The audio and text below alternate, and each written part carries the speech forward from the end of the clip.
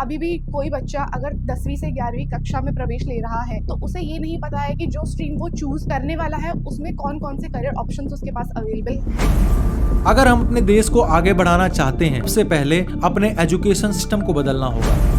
आज rural India का एक गरीब ब्राह्मण या राजपूत लड़का जिस घर का खर्चा मुश्किल से चलता हो, उसके पास कोटा नहीं है, लेकिन एक आईएएस ऑफिसर का बेटा जो रिजर्व कैटेगरी से है, उसके पास कोटा भी है, कोचिंग भी है और वो सारी फैसिलिटी है जिससे वो अच्छे से पढ़ सकता है।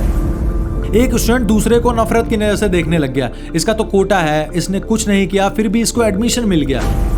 कि 95% लाने वाला एक स्टूडेंट जिसको सीट नहीं मिलती, वहीं एक स्टूडेंट ऐसा भी होता है जिसको 60% लाने पे भी सीट मिल जाती है। और आज भी जब हम कहते हैं कि देश बदल रहा है, तो मेरी बात मानो, एक बार स्कूल जाके देखो, ब्लैक बोर्ड की जगह हम पेंट यूज कर रहे हैं, टॉयलेट में पानी नहीं है और स्टूडेंट को पता ही नहीं है कि वो पढ़ाई क्यों कर रहा है। दोस्तों, सच ये है कि हमें आजादी तो मिली, लेकिन एजुकेशन सिस्टम कभी आजाद ही नहीं हुआ अंग्रेजों के रूल।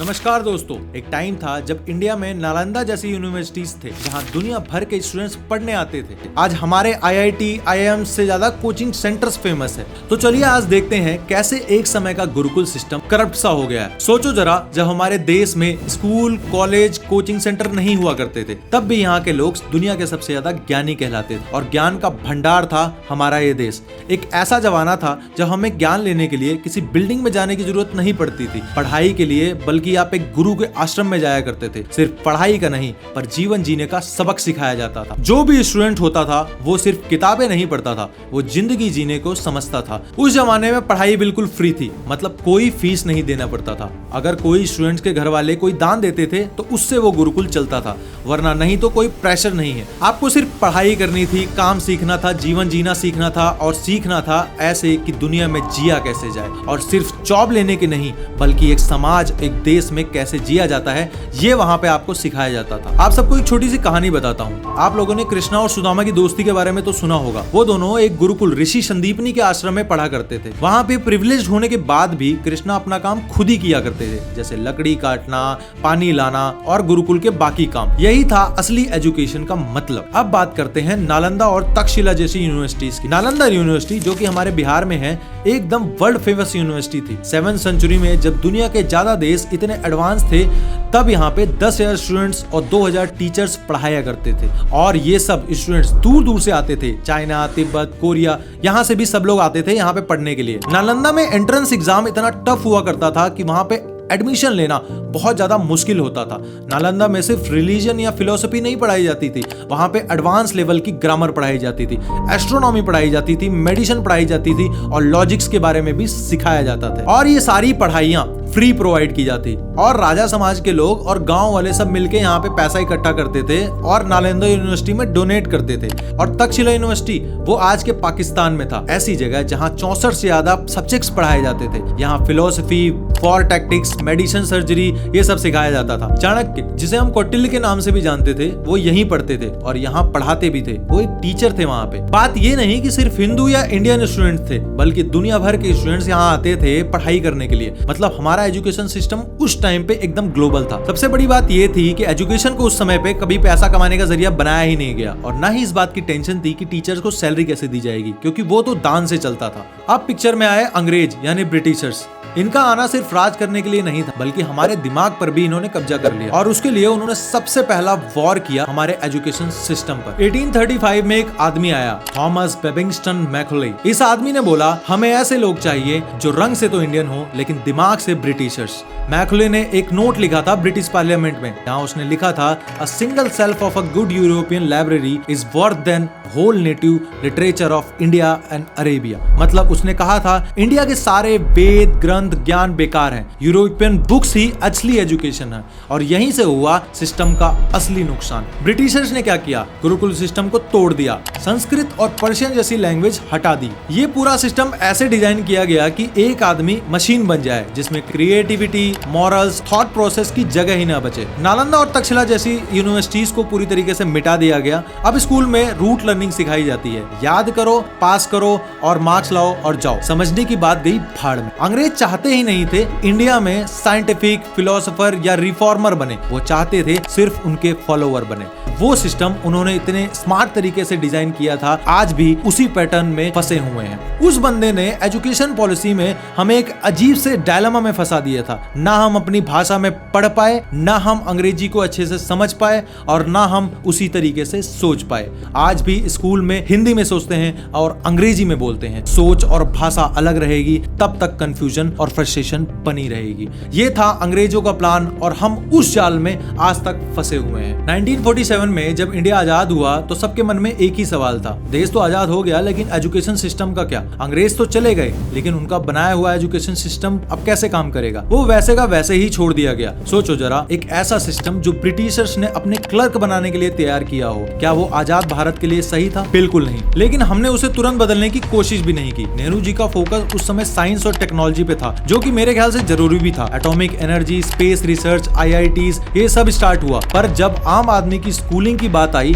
तो एजुकेशन सिस्टम रिफॉर्म नहीं हुआ। 1950s और 60s में देश की हालत ऐसी थी कि कई जगह तो स्कूल्स ही नहीं थे। स्कूल्स थे तो टीचर्स नहीं थे। पाठशाला एक छत पे चलाई जाती थी बिना किसी फर्नीचर के, और सिलेबस वो तो वही था, rote learning, memory based, critical thinking और क्रिएटिविटी या इमोशनल डेवलपमेंट जैसे कॉन्सेप्ट का नामो निशान ही नहीं था। एक और दिक्कत थी, लैंग्वेज का कंफ्यूजन। इंग्लिश मीडियम का क्रेज तो था, पर रूरल इंडिया में बच्चे हिंदी, तमिल, बंगाली जैसी लोकल भाषा में पढ़ रहे थे। रिजल्ट, ना वो इंग्लिश में स्ट्रॉन्ग बन पाए, ना ही हिंदी में स्ट्रॉन्ग बन पाए। 1952 में एक एजुकेशन कमीशन बनी थी, राधा कृष्ण कमीशन। इन्होंने बोला था कि एजुकेशन का मकसद सिर्फ नौकरी देना नहीं होना चाहिए, बल्कि कैरेक्टर डेवलपमेंट और सामाजिक जिम्मेदारी भी सीखनी चाहिए। 1968 में एक national policy on education I, जिसमें 3 भाषा का फॉर्मूला लाया गया, मतलब एक रीजनल लैंग्वेज, एक हिंदी और इंग्लिश। पर इसका इम्प्लीमेंटेशन बहुत ज्यादा इनकंसिस्टेंट था। किसी राज्य में इंग्लिश डोमिनेट कर रही थी और किसी राज्य में हिंदी फोर्स में लाई गई। 1970s के दौरान हमारे स्कूल सिस्टम में एक और छोटी सी प्रॉब्लम बढ़ गई, पॉलिटिकल इंटरफेरेंस। नौकरी के लिए डिग्री जरूरी थी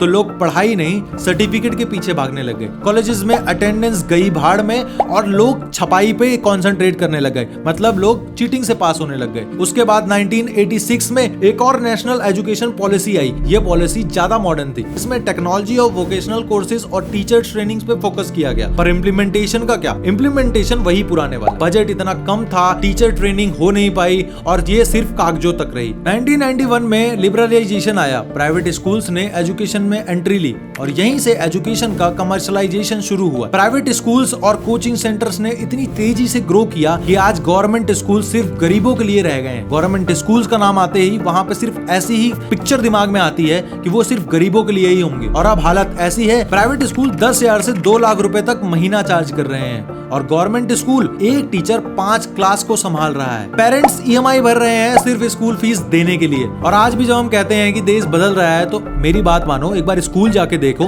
ब्लैक बोर्ड की जगह हम पेंट यूज कर रहे हैं, टॉयलेट में पानी नहीं है और स्टूडेंट को पता ही नहीं है कि वो पढ़ाई क्यों कर रहा है। दोस्तों, सच ये है कि हमें आजादी तो मिली लेकिन एजुकेशन सिस्टम कभी आजाद ही नहीं हुआ अंग्रेजों के रूल से। अब बात करते हैं आज के दौर की, मतलब 2020 के बाद के वक्त की, जब दुनिया ऑनलाइन हो रही है और इंडिया में न्यू एजुकेशन पॉलिसी आई है। बहुत लोगों को लगा कि अब सिस्टम बदल जाएगा, लेकिन मैं सच कहूं तो सिर्फ पैकेजिंग बदली है, सिस्टम अभी भी वही है। सबसे पहले ग्राउंड लेवल का हाल देखते हैं। गवर्नमेंट स्कूल की कंडीशन आज भी वैसे ही है। एक स्कूल जहां प्रिंसिपल तो है पर टीचर नहीं, जहां बच्चे यूनिफॉर्म में तो हैं पर पढ़ कोई नहीं रहा। मिड डे मील मिलता है पर सिलेबस और लर्निंग की कोई बात ही नहीं करता। बिहार बोर्ड में और यूपी बोर्ड का रिजल्ट देख लो, टॉपर्स को तो उनके सब्जेक्ट भी नहीं पता कि उन्होंने किस सब्जेक्ट से टॉप किया है। अब बात करते हैं प्राइवेट स्कूल की। यहाँ हालत अलग ही है, सिर्फ शाइनी लगती है। हर चीज बिजनेस बन गई है, हर कोई पैसा कमाने ही आया है। Admission fee, tuition, books, uniform, even annual function के लिए भी चार्ज किया जाता है। एक एवरेज मिडिल क्लास आदमी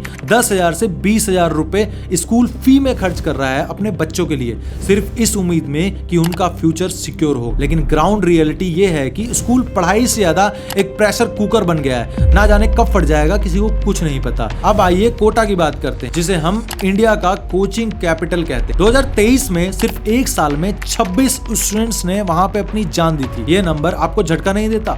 एक स्टूडेंट को लगा कि जीने का कोई मकसद ही नहीं है। क्या सिस्टम ने हमें इतना बेकार बना दिया है कि एक 16-17 साल का बच्चा सिर्फ इसलिए जीता है कि एक एंट्रेंस एग्जाम निकाल सके? नीट और जेई का कंपटीशन इतना ज्यादा हो गया है कि 10 लाख से ज्यादा स्टूडेंट्स फॉर्म भरते हैं और सिर्फ कुछ ही हजार का सिलेक्शन होता है। अब बात करते हैं 2020 की न्यू एजुकेशन पॉलिसी। 2020 में सरकार ने इस पॉलिसी को लॉन्च किया और ये कहा गया कि ये 34 साल बाद एक रेवोल्यूशनरी स्टेप है। कुछ अच्छे स्टेप्स और चेंजेस भी आए इसमें, जैसे 10+2 सिस्टम की जगह 5+3+3+4 स्ट्रक्चर को लाया गया। इसमें साइंस का स्टूडेंट अब म्यूजिक भी ले सकता है। रिपोर्ट कार्ड में मार्क्स के साथ स्किल और बिहेवियर को भी ऐड और एनालिसिस किया जाएगा, जिसमें मदर टंग में पढ़ाई की जाएगी। सुनने में तो ये सब बहुत बढ़िया लग रहा है, पर प्रॉब्लम कहाँ है? प्रॉब्लम है इम्प्लीमेंटेशन में। जिस तरह ये पॉलिसी डिजाइन की गई है उसमें ट्रेन टीचर चाहिए, इंफ्रास्ट्रक्चर चाहिए, लेकिन सरकारी स्कूल में आज भी टीचर्स का अटेंडेंस बहुत बड़ा इशू है। रूरल इंडिया में अभी भी अंग्रेजी को बहुत ज्यादा क्रेजी माना जाता है कि उनका बच्चा अगर अंग्रेजी सीख जाए तो बहुत बढ़िया पढ़ाई में आगे निकल जाएगा। सरकार कहती है कि मदर टंग में और पढ़ाई की जाए। अब बात करते हैं कॉलेजेस की। कॉलेज एजुकेशन तो बिल्कुल ही बिक चुका है। आपको पता है 2020 तक इंडिया में 1000 से ज्यादा ऐसे इंजीनियरिंग कॉलेज थे जहां पे प्लेसमेंट 0 था। हर साल लाखों इंजीनियर्स निकलते हैं, लेकिन काम के उसमें से सिर्फ 20% ही होते हैं। मेडिकल कॉलेजेस का हाल तो और भी बुरा हो चुका है। प्राइवेट मेडिकल कॉलेजेस MBBS की फीस 1 करोड़ तक जाती है। ये सब इतना एक्सक्लूसिव बना दिया गया है कि गरीब या मिडिल क्लास का बच्चा तो देख भी नहीं सकता डॉक्टर बनने का, और जो ग्रेजुएट हो जाते हैं उनके लिए जॉब ही नहीं है मार्केट में। आपको रिजर्वेशन ऑन एजुकेशन भी अभी बताता हूं कि क्या होता है। स्कूल्स पढ़ाते नहीं, कोचिंग्स पढ़ाते नहीं, कॉलेजेस सिखाते नहीं, डिग्री देते नहीं है, और जॉब चाहिए स्किल्स पे, पर सिखाया गया थ्योरी पे। ऐसे में एक बेचारा स्टूडेंट्स करे तो करे क्या? एक सवाल, अगर भारत सबके लिए एक समान देश है तो फिर सीट सबके लिए अलग क्यों? ये वर्ड सुनते ही कुछ लोग कहते हैं ये तो हमारे हक का छीन रहे हैं। कुछ लोग कहते हैं ये तो हमारे लिए एक मौका है जीवन में आगे बढ़ने का। और सरकार इस मुद्दे को सिर्फ वोट बैंक के एंगल से ही देखती है। रिजर्वेशन ऑन एजुकेशन का सच बताता हूँ आप। इतिहास से शुरू करता हूँ, थोड़ा पीछे जाते हैं। रिजर्वेशन आया कहाँ से? रिजर्वेशन का कॉन्सेप्ट भारत में नया नहीं है। ब्रिटिश रूल के दौरान भी कम्युनिटीज को जॉब्स और एजुकेशन में रिप्रेजेंटेशन कम मिलता था। पहला सिस्टमैटिक रिजर्वेशन लाया गया ब्रिटिश रूल में इंडिया में 1992 में। शाहू महाराज ऑफ कोल्हापुर ने बैकवर्ड कास्ट के लिए 50% रिजर्वेशन अनाउंस किया गवर्नमेंट जॉब्स में। फिर 1932 में ब्रिटिश ने कम्युनल अवार्ड दिया, जिसमें अलग अलग कम्युनिटीज को सेपरेट इलेक्टोरेट्स दिए गए। गांधी जी ने इसे अपोज किया और पूना पैक्ट हुआ, जिसमें एससीज के लिए सेपरेट इलेक्टोरेट्स कैंसिल हुए, लेकिन एजुकेशन और एम्प्लॉयमेंट रिजर्वेशन कंटिन्यू हुआ। अब बात इंडिया के कॉन्स्टिट्यूशन की।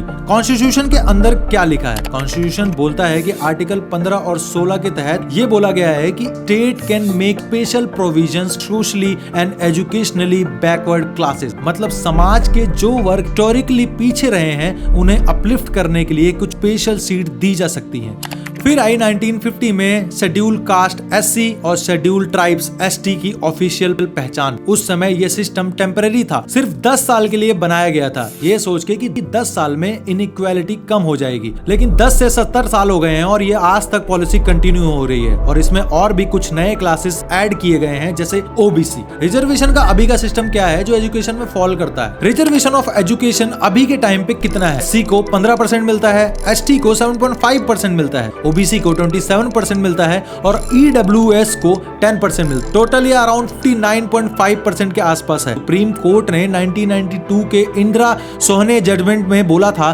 30% से ज्यादा रिजर्वेशन नहीं होना चाहिए, लेकिन 2019 में EWS कैटेगरी ऐड करके गवर्नमेंट ने 10% और डाल दिया, तो ये अब लीगली 60% के आसपास है। प्रॉब्लम क्या है इसमें? सिस्टम का एक्सपोजन। जब 95% वाले बाहर होते हैं और 65% वाले अंदर बैठ जाते हैं। आप जानते हैं कि किसी जेई और नीट एस्पिरेंट से ये देखा नहीं जाता। SC, ST, OBC में नहीं, जनरल कैटेगरी से बिलोंग। वो स्टूडेंट अगर 95 परसेंटाइल भी लाता है तो हो सकता है उसको सीट ना मिले, लेकिन अगर कोई रिजर्व कैटेगरी का स्टूडेंट 65 to 70 परसेंटाइल भी लाता है तो उसको सीट दी जा सकती है। Is it really fair?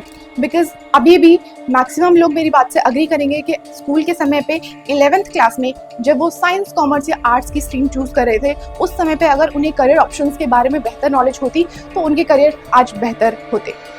Society में डिवीजन, जब किसी सिस्टम में मेरिट की जगह कास्ट डिसाइड करेगा कौन डॉक्टर बनेगा, कौन इंजीनियर बनेगा, तो ट्रस्ट खत्म हो जाता ही है। आपको शॉक लगेगा, लेकिन कुछ मेडिकल कॉलेजेस में 50% पे एडमिशन मिल जाता है सिर्फ रिजर्वेशन के बेसिस पे। अब जरा सोचिए कि आप अपने माँ बाप का इलाज ऐसे डॉक्टर से कराना चाहेंगे जिसे इतने कम मार्क्स में MBBS में एडमिशन मिल गया हो। ये सिर्फ एक एग्जाम्पल है, लेकिन इसने, मैं सही बता रहा हूँ आपको, सिस्टम का कॉन्फिडेंस तो तोड़ ही दिया है। रिजर्वेशन का असली मुद्दा सोशल अपलिफ्टमेंट था, लेकिन आज ये वोट बैंक पॉलिसीज टूल बन गया है। हर इलेक्शन से पहले कोई ना कोई पार्टी आके बोलती है हम इस कम्युनिटी का कोटा बढ़ा देंगे, हम क्रीमी लेयर को हटा देंगे पूरी तरीके से, और इस दौरान असली गरीब, असली डिजर्विंग स्टूडेंट एक तरफ रह जाते। सरकार ने ये नहीं सोचा कि एक कॉमन एंट्रेंस सिस्टम हो जहां सबके लिए सेम प्लेटफॉर्म हो और फाइनेंशियली बैकग्राउंड और स्कूल फैसिलिटीज के बेसिस पे हेल्प मिले, कास्ट पे नहीं। क्या किया जाए सॉल्यूशन के लिए? कास्ट बेस्ड सिस्टम नहीं, क्लास बेस्ड रिजर्वेशन होना चाहिए। जो फाइनेंशियली वीक है,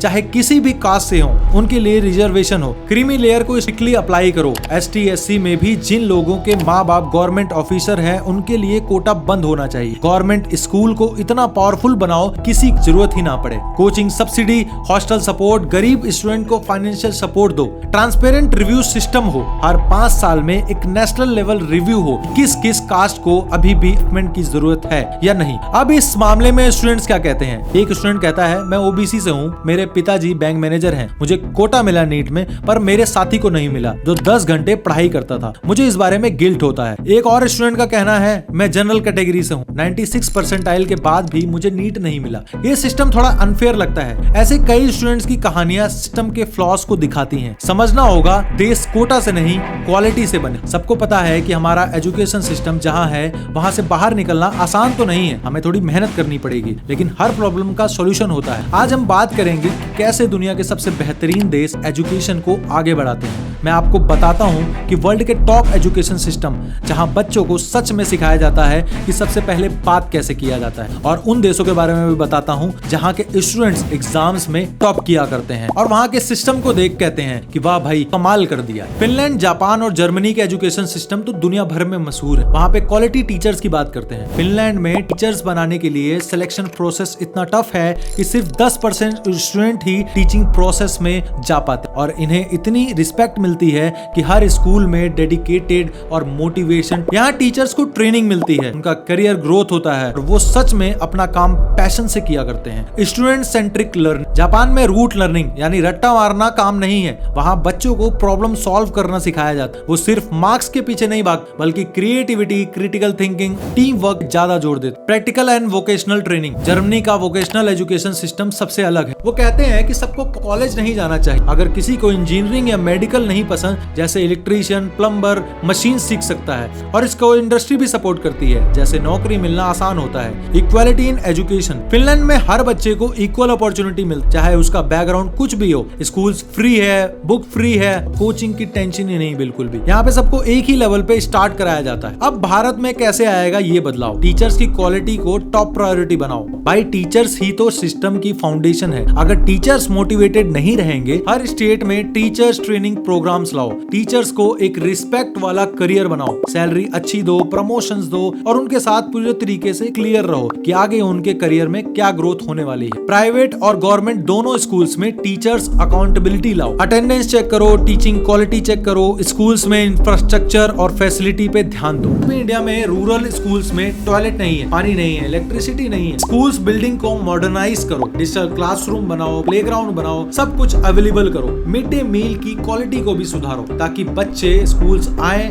और हेल्दी भी रहें। कोडिंग, सॉल्विंग, कम्युनिकेशन स्किल पढ़ाई में और ज्यादा इंक्लूड करने की जरूरत है। स्कूल लेवल पर इंटर्नशिप और प्रोजेक्ट वर्क इंक्लूड करो। एग्जाम सिस्टम को भी चेंज करो। रूट लर्निंग की जगह अंडरस्टैंडिंग पे फोकस किया जाना चाहिए। इक्वल अपॉर्चुनिटी सिस्टम बनाने की भी जरूरत है। जैसे फिनलैंड में सबको इक्वल स्टार्ट दिया जाता है, वैसे ही हम भी फाइनेंशियली बैकग्राउंड को देखकर स्कॉलरशिप, कोचिंग सपोर्ट दे सकते हैं। गवर्नमेंट कोचिंग सेंटर खोलने चाहिए, उसमें फ्री में या फिर कम पैसों में पढ़ाई प्रोवाइड करनी चाहिए। एजुकेशन प्लेटफॉर्म को हर स्कूल और हर घर तक ले जाने की जरूरत है। वोकेशनल एजुकेशन और स्किल डेवलपमेंट पे ध्यान देने की और ज्यादा जरूरत है। हर बच्चा डॉक्टर या इंजीनियर नहीं बन सकता, सबका स्किल लेवल अलग होता है। डिजिटल एजुकेशन और टेक्नोलॉजी का रोल भी इसमें और ज्यादा इंपॉर्टेंट हो जाता है। 2020 के बाद से टेक्नोलॉजी का रोल बढ़ गया है। Online class, apps, YouTube tutorial सब ने पढ़ाई को आसान बना दिया है। पर इंडिया में डिजिटल डिवाइड भी बड़ी प्रॉब्लम। हर गांव में इंटरनेट कनेक्टिविटी और डिजिटल सर्विस प्रोवाइड करने की नीड अभी भी है, क्योंकि गांव में ये सारी सुविधाएं अभी भी अवेलेबल नहीं है। टीचर्स को टेक्नोलॉजी यूज करना सिखाना जाना चाहिए। टेक्नोलॉजी मीन्स रील देखना नहीं। लोकल लैंग्वेजेस को भी प्रमोट करना चाहिए ताकि वो लोग अच्छे से समझ के पढ़ाई कर सके। रूरल और अर्बन का गैप खत्म करना चाहिए। सबको इक्वल एक्सेस मिलना चाहिए। अकाउंटेबिलिटी और ट्रांसपेरेंसी भी जरूरी है। आज जब कोई प्रॉब्लम होती है तो कौन रिस्पॉन्सिबल है ये पता नहीं चलता। इसके लिए एक स्ट्रॉन्ग मॉनिटरिंग सिस्टम होना चाहिए।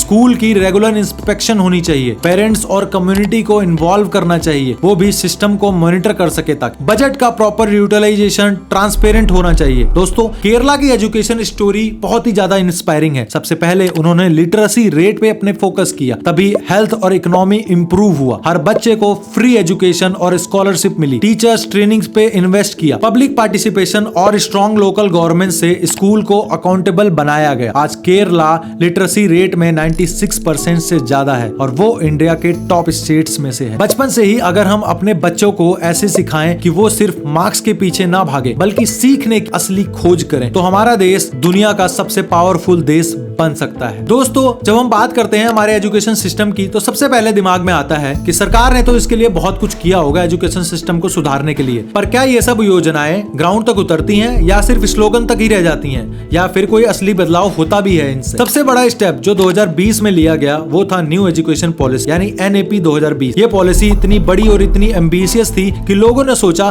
कि अब तो सिस्टम बदल ही जाएगा। इस पॉलिसी में कहा गया कि हम मार्क्स के पीछे भागने की बजाय स्किल्स और क्रिएटिविटी पे फोकस करेंगे। पहले जो सिर्फ 10-2 का सिस्टम होता था उसको तोड़ के 5-3+3+4 का नया स्ट्रक्चर लाया गया, जिसमें छोटे बच्चों को अर्ली चाइल्डहुड एजुकेशन से शुरुआत करनी है। बच्चों को उनकी मदर टंग में पढ़ाया जाएगा ताकि वो अपनी लैंग्वेज में स्ट्रॉन्ग हो सके, बाद में दूसरी लैंग्वेज सीख सके। इसमें वोकेशनल स्किल को स्कूल करिकुलम का हिस्सा बनाया गया ताकि बच्चे सिर्फ किताबी ज्ञान ना ले बल्कि प्रैक्टिकल स्किल भी सीखें। कॉलेज एजुकेशन को मल्टी लेवल पे फैलाया गया, जहां एक साइंस स्टूडेंट हिस्ट्री या फिर म्यूजिक पढ़ सकता है। मतलब एकदम फ्लेक्सिबिलिटी है। सुनने में तो ये सब बड़े ही बदलाव लगते, लेकिन जब जमीन पर उतरते हैं तो पता चलता है कि ये सब अभी बहुत दूर है। सबसे बड़ा प्रॉब्लम है इम्प्लीमेंटेशन का। रूरल एरियाज में तो इंफ्रास्ट्रक्चर की बात ही मत करो। डिजिटल क्लासेस का प्लान है पर इंटरनेट कनेक्टिविटी इतनी वीक है कि वो डिजिटल बन ही नहीं पाता।